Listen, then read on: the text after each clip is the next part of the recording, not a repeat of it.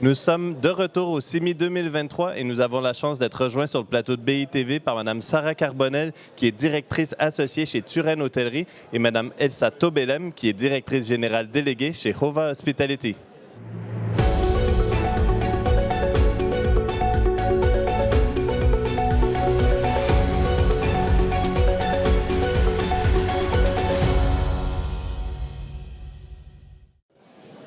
Sarah Carbonel et Elsa Tobelem, merci d'être avec nous sur le plateau de BITV. Bonjour. Ravi. On est réunis aujourd'hui pour parler d'investissement immobilier hôtelier. Vos deux groupes respectifs ont été assez actifs au courant de la dernière année. Hova Hospitality, je crois, 930 millions d'investissements, notamment pour Adia. Turenne Hôtellerie, vous avez commencé à dérouler votre troisième fonds hôtelier, si mes devoirs ont bien été faits. Ça a été une année particulièrement difficile pour beaucoup de classes d'actifs. On pense notamment au bureau, là où peut-être l'hôtellerie fait figure d'exception. Pour commencer la discussion, justement, quelle attractivité observez-vous actuellement pour l'immobilier hôtelier? Je commence peut-être avec Sarah Carbonel. Alors effectivement, l'année 2023 a été très riche en actualité concernant notre groupe, à la fois en termes d'acquisition, en termes de travaux de rénovation, de cession et de levée de fonds, vous l'évoquiez. On s'inscrit sur une tendance de marché quand même très forte sur l'hôtellerie, avec 2022, une année avec un rebond et une capacité de résilience qui nous a tous étonnés, je pense. Les analystes financiers avaient prévu un retour à la normale étant le retour à l'année 2019, qui était l'année historique sur l'activité hôtelière, en 2024, voire 2025. En fait, 2022, on a déjà dépassé 2019 et 2023 s'inscrit vraiment sur cette même tendance aussi, où on va encore dépasser les performances de 2022. Donc on a plutôt des faisceaux très très favorables sur l'activité hôtelière. Nous, on est présent exclusivement en France et en plus, on a cette chance d'avoir quand même un marché très très porteur au niveau de la France. Première destination touristique mondiale, 90 millions de visiteurs internationaux et on l'espère encore plus à l'avenir. Donc on a cette tendance très forte d'un marché dynamique qui attire de plus en plus d'investisseurs, notamment institutionnels, qui sont, je pense, attirés par plusieurs facteurs. Évidemment, une diversification en termes d'investissement, mais aussi un couple rendement-risque assez équilibré sur l'hôtellerie, où on peut aller chercher du rendement grâce à l'exploitation hôtelière et puis une résilience par rapport à la propriété de l'immobilier. Donc tout ça sont des facteurs qui sont quand même très favorables, avec un marché aussi, une classe d'actifs immobiliers sur lequel on arrive à répercuter l'inflation dans le prix des chambres vendues, ce qui n'est pas forcément le cas dans d'autres secteurs immobiliers. Donc on est sur cette tendance plutôt très très porteuse, effectivement. D'accord. Elsa Tobelem, comment justement vos clients investisseurs appréhendent aujourd'hui la classe d'actifs hôtelière, peut-être par rapport aux autres options disponibles dans leur portfolio? Alors rapidement, nous, en fait, avec Gall & Dominique, donc, on a monté cette plateforme d'asset management il y a à peu près 2 ans. Donc je précise, on est à la fois investisseur et asset manager pour compte de tiers, mais on travaille uniquement, en tout cas pour le moment, sur l'hôtellerie et les produits hôteliers. Donc aujourd'hui, on a à peu près 160 actifs sous gestion dans 9 pays. Donc nous, on est présent partout en Europe et pour une valeur d'à peu près 2,3 milliards. Donc nous, c'est vrai que cette année, ce qu'on a pu voir avec nos clients, on va dire sur le premier semestre, on a fait quelques investissements pour nos partenaires comme Primonial et Perial, plutôt, on va dire, en bail. Mais on doit avouer que ces investisseurs en bail se sont raréfiés au fur et à mesure que l'année passée. En revanche, on a observé de nombreuses demandes de la part de nos clients pour des investissements en murs et fonds à forte valeur ajoutée. Et comme vous l'évoquiez au début, donc on a fait 2 très grosses transactions pour Adia, donc le fonds d'Abu Dhabi. Donc c'est un nouveau partenaire pour notre groupe. Et on est très heureux d'avoir pu investir avec eux à peu près 800 millions d'euros en Espagne. Donc à la fois sur des actifs loisirs, ce qui, je pense, est le reflet quand même d'un intérêt croissant des investisseurs pour cette hôtellerie de loisirs, mais aussi sur des actifs, on va dire, à forte valeur ajoutée, forte création de valeur, sur un portefeuille majoritairement à Madrid, où il va y avoir un certain nombre de travail d'asset management, de repositionnement, de changement de marque, donc pour Adia dans les prochaines années. Et dans un pays, donc l'Espagne, qui, depuis le Covid, a connu quand même une croissance très importante de ses performances et aussi un marché de l'investissement qui s'est plutôt bien maintenu. D'accord. Et justement, vous l'évoquez un peu, le secteur hôtelier est une classe d'actifs qui est assez variée avec différents... on pense au fameux système des étoiles, mais pas que aussi. On pense au lifestyle, le corporate versus loisir.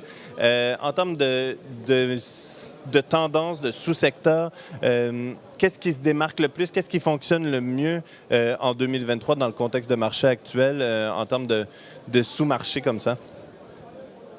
Pour poursuivre donc sur ma réponse, c'est vrai que depuis le Covid, en fait, on a tous été surpris, comme le disait Sarah, sur la reprise rapide post-Covid, et notamment sur la partie loisirs, parce que c'est vrai que cette clientèle touristique loisirs, on l'attendait en première, mais elle est arrivée beaucoup plus vite et beaucoup plus massivement que prévu, et a permis de tirer les prix moyens vers le haut. Donc de façon tout à fait logique, il y a eu quand même un regain d'intérêt très fort pour les investisseurs sur cette partie loisirs. Donc sur du resort, mais pas que, sur des destinations qui sont mixtes à la fois loisirs et on va dire plus clientèle professionnelle. Parce que c'est vrai, on voit par exemple depuis 2019, je crois que l'Espagne et les pays du Sud ont connu une croissance d'à peu près 22%, plus de 20% de leurs résultats par rapport à 2019. En Italie, je crois qu'on est à plus de 30%. En France, on va être à peu près à 22%, à comparer à des pays comme l'Allemagne où on est par exemple à plus 6%. Donc on voit directement l'impact de cette clientèle loisir sur les performances des pays, et forcément les investisseurs suivent. Et après, je dirais que aussi, on a vu émerger un intérêt croissant pour des classes d'actifs qui étaient plus, on va dire, pas délaissées mais discrètes avant Covid. Je pense notamment aux auberges de jeunesse, par exemple, ou au camping, qui ont l'air comme ça de deux classes d'actifs très différentes, mais finalement, c'est deux classes d'actifs qui ont des marges très élevées pour les opérateurs, et donc ça permet d'offrir aux investisseurs immobiliers des loyers très confortables et qui sont très pérennes sur le futur, puisque ça ne grève pas, on va dire, la rentabilité des opérateurs. D'accord, parfait. Chez Turenne Hôtellerie, vous êtes un acteur, vous le disiez tout à l'heure, concentré sur la France. Qu'est-ce que vous observez justement en France en termes de sous-tendances, de tendances dans les sous-marchés plutôt? Alors, il y a effectivement de réelles tendances qui se profilent et qui s'inscrivent, à mon sens, dans la durée. On peut en citer trois. La première, c'est, je pense, qu'on se tourne de plus en plus quand même vers un tourisme éco-responsable.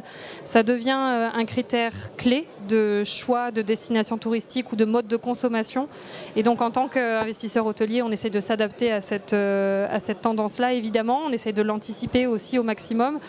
Il y a un certain nombre de contraintes aussi qui nous sont imposées, le décret tertiaire à horizon 2030, tous ces sujets-là, on est évidemment obligé de les prendre en compte dans nos choix d'investissement.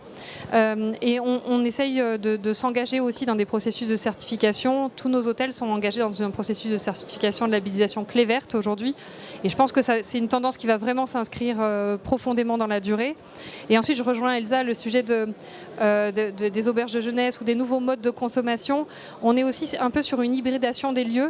Il n'y a plus vraiment un lieu pour travailler, un lieu pour le loisir. Tout est un peu mélangé. Les frontières sont assez floues entre l'hôtellerie, le résidentiel, le co-living.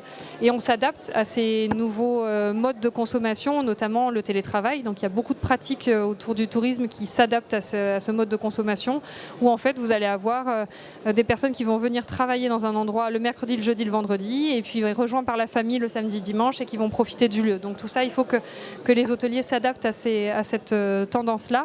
Et puis la troisième tendance, je dirais, c'est aussi un sujet d'expérience client. On est de plus en plus sur une recherche d'expérience, d'éléments différenciants. Donc on essaye dans nos hôtels en tout cas d'aller sur des concepts décoratifs et architecturaux assez forts, assez marqués, pour se démarquer de l'hôtellerie assez traditionnelle et sortir d'un cadre classique.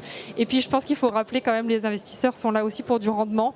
Et donc du coup, même si toutes ces tendances-là, il faut les accompagner et au maximum les anticiper, il faut évidemment être aussi en recherche de rendement dans le moindre de nos investissements. D'accord. Je me permets une dernière question rapide. Malheureusement, le temps file. On a parlé justement du volume d'investissement et de la reprise qui avait été peut-être plus rapide qu'annoncé tout à l'heure. 2024, grosse année en France avec les Jeux olympiques qui arrivent. Disons succinctement, quelles sont vos perspectives pour 2024? Est-ce que la bonne forme pourrait se perpétuer sur l'année qui vient? Donc, si on parle de performance hôtelière, Là, il y a les premières, on va dire, estimations qui sont sorties. Je pense notamment à celle d'MKG qui anticipe pour l'année prochaine une croissance de RevPAR sur la France de plus 3,3%. Donc ça veut dire quoi? Ça veut dire qu'on anticipe quand même une sorte de tassement des performances, puisque les prix moyens ont augmenté de façon assez vertigineuse cette année, l'année dernière. Après, si on se focus sur la France, c'est sûr qu'à Paris et en Ile-de-France, étant donné le contexte des Jeux Olympiques, on aura encore une croissance à 2 chiffres, mais ça peut être plus compliqué pour d'autres villes en France. Et si on prend un peu une vision européenne, les dernières prévisions, on est plutôt sur une tendance toujours très bonne et positive sur les pays d'Europe du Sud, donc l'Italie, l'Espagne, le Portugal, et une tendance au tassement, voire peut-être un peu négative sur les pays d'Europe du Nord comme l'Allemagne. D'accord. Sarah Carbonel, le mot de la fin sur vos perspectives 2024? Alors 2023 et 2024 sont des années très porteuses en termes d'événements. On a eu la Coupe du Monde de rugby en 2023 qui a évidemment porté un focus sur la destination France et qui a été très porteuse pour l'activité hôtelière. Les Jeux Olympiques et Paralympiques de 2024 vont évidemment accentuer encore cette visibilité. Pour moi, c'est presque la cerise sur le gâteau, ces événements-là, parce que vraiment l'hôtellerie a des fondamentaux très solides et on a vu cette capacité de résilience et de rebond post-Covid, post-crise quand même très dramatique pour ce secteur-là, une capacité de rebond assez significative. Donc on prend évidemment tous ces événements-là avec grand plaisir. Les perspectives sont plutôt bonnes, tous les voyants sont ouverts jusqu'à au moins 2028. On prévoit une croissance de 3,4% par an à horizon 2028. Donc on est vraiment sur une tendance très haussière de ce marché-là. Donc je pense que l'hôtellerie et le tourisme ont encore de belles années devant elles. Encore beaucoup de travail devant vous. Merci beaucoup à toutes les deux. Sarah Carbonel, Elsa Tobelem. Merci à tous et toutes aussi d'avoir été avec nous. Je vous dis à bientôt sur le plateau de BITV au CIMI 2023.